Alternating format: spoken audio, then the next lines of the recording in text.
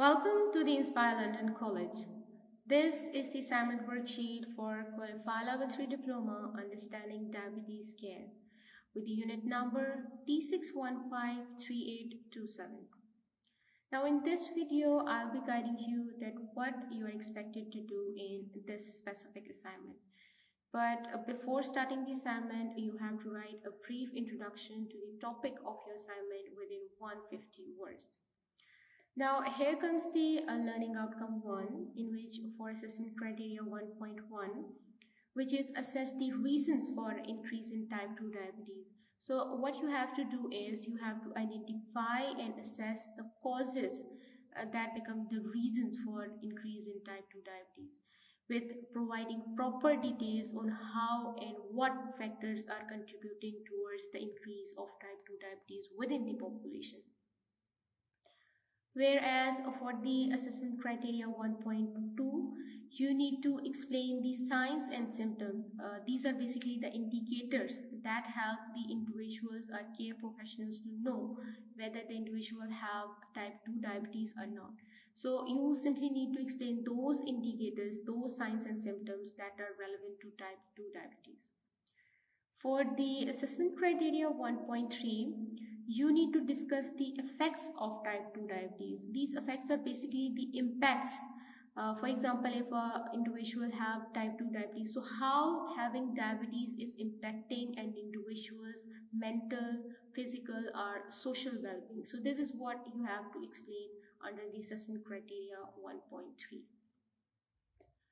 Now moving down, here is the learning outcome 2, in which for the assessment criteria 2.1, you have to compare the clinical investigations that are associated with a diagnosis of type 2 diabetes.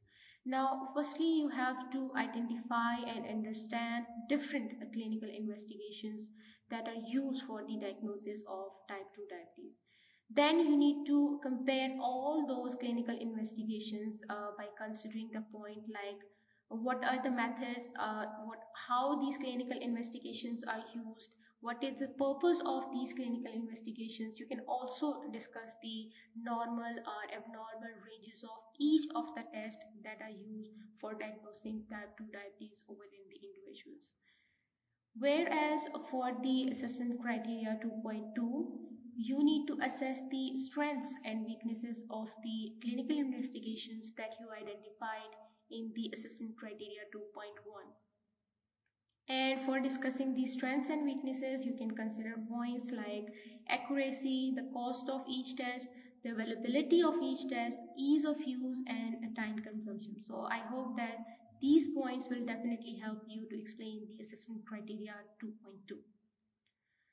Now here comes the learning outcome 3, in which for the assessment criteria 3.1, basically there are two parts of the assessment criteria 3.1 and 2, and you have to provide the answer to both of these points. Like first you have to explain the treatments and support available for the service users when initially diagnosed with type 2 diabetes.